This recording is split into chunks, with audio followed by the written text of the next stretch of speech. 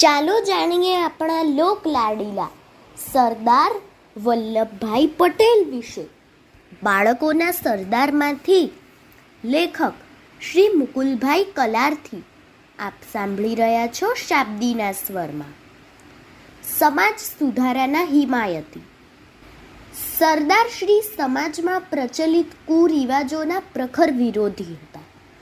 પાટીદાર ન્યાતના પહેરામણી વગેરે જૂનવાણી રિવાજો પ્રત્યે તેમને ભારે અણગમો હતો. કોઈની પહેરામણી લીધાની વાત સરદારશ્રીને કાને આવે તો તેઓ તરત જ પૂછતા, આખલાના કેટલા ઉપજા? 5,000 કે 7,000? એકવાર પોતાના સગામાં જ એક છોકરાની સગાઈ કરતી વખતે કન્યા પક્ષ પાસેથી કેટલી પહેરામણી માંગવી એ વિશે વાટાઘાટો ચાલતી હતી. ત્યાં સરદાર આવી પહોંચ્યા. તેઓ કહે, આ બધી ભાંજગડ છોડીને એ છોકરાને શુક્રવારીમાં જ મૂકો ને. સરદાર શ્રી આ રીતે તક મળે ત્યારે જૂના કુરિવાજોની બરોબર ઝાટકણી કાઢતા.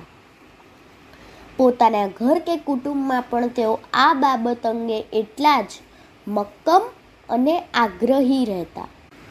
1914ની સાલમાં પિતાશ્રી ઝવેર બાપાનું અવસાન થયું.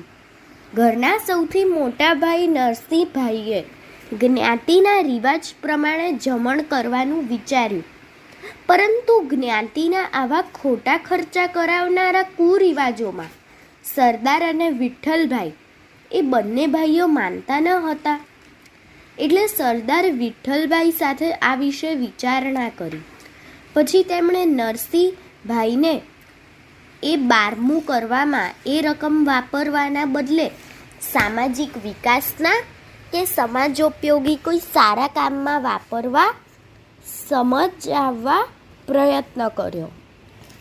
પરંતુ રૂઢિચુસ્ત નરસિંહભાઈ એ વાત માને એવા નહોતા.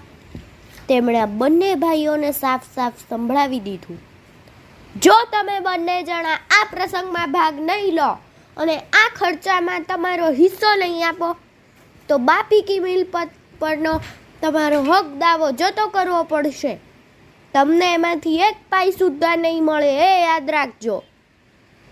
સરદારશ્રી અને વિઠ્ઠલભાઈએ એ હક રાજી ખુશીથી જતો કર્યો, પરંતુ પોતાના પિતાશ્રીના 12મામાં હાજર ન જ રહ્યા. અસ્તુ.